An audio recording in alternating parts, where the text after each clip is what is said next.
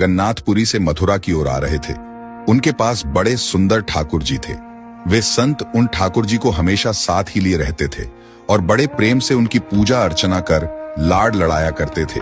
Train से यात्रा करते समय बाबा ने ठाकुर जी को अपने बगल की सीट पर रख दिया और अन्य संतों के साथ हरि चर्चा में मग्न हो गए। जब ट्रेन रुकी और सब संत उतरे, तब वे सत्संग में इतने मग्न हो चुके थे कि झोला गाड़ी में ही रह गया। उसमें रखे ठाकुर जी भी वहीं गाड़ी में रह गए। संत सत्संग की मस्ती में ऐसा बहे कि ठाकुर जी को साथ लेकर आना ही भूल गए। बहुत देर बाद जब उस संत के आश्रम पर सब संत पहुंचे और भोजन प्रसाद पाने का समय आया, तो उन प्रेमी संत ने अपने ठाकुर जी को खोजा और देखा कि हाय, हमारे ठाकुर जी तो हैं ही नहीं। संत बहुत व्याकुल हो गए, बहुत रोने लगे, परंतु ठाकुर जी मिले नहीं। उन्होंने ठाकुर जी के वियोग में अन्न जल लेना स्वीकार नहीं किया। संत बहुत व्याकुल होकर विरह में अपने ठाकुर जी को पुकार कर रोने लगे। तब उनके एक पहचान के संत ने कहा, महाराज, मैं आपको बहुत नए ठाकुर जी दे देता हूँ। परंतु उन संत ने कहा कि हमें अपने वही ठाकुर चाहिए जिनको हम अब तक लाड लड़ाते आए हैं। तभी एक दूसरे संत ने पूछा, आपने उन्हें कहाँ रखा था? मुझे तो लगता है गाड़ी में ही छूट गए होंगे। एक संत बोले, अब कई घंटे बीत गए हैं, गाड़ी से किसी ने निकाल लिए होंगे और फिर गाड़ी भी बहुत आगे निकल चुकी होगी। इस पर वह संत बोले, मैं स्टेशन मास्टर से बात करना चाहता हूँ वहां जाकर।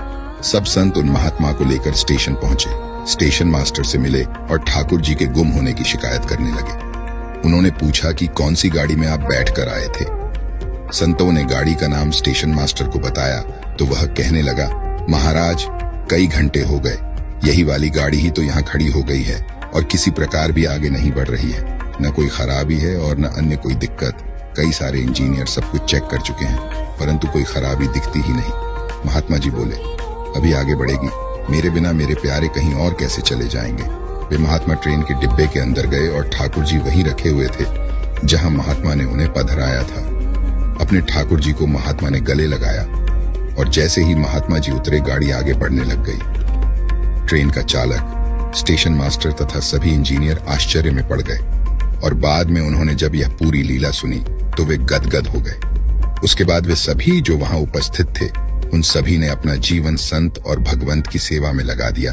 भक्तों, भगवान जी भी खुद कहते हैं ना, भक्त जहां ममपक धरे तहां धरूं में हाथ, सदा संग लाग्यो फिरूं, कभू न छोड़ू साथ।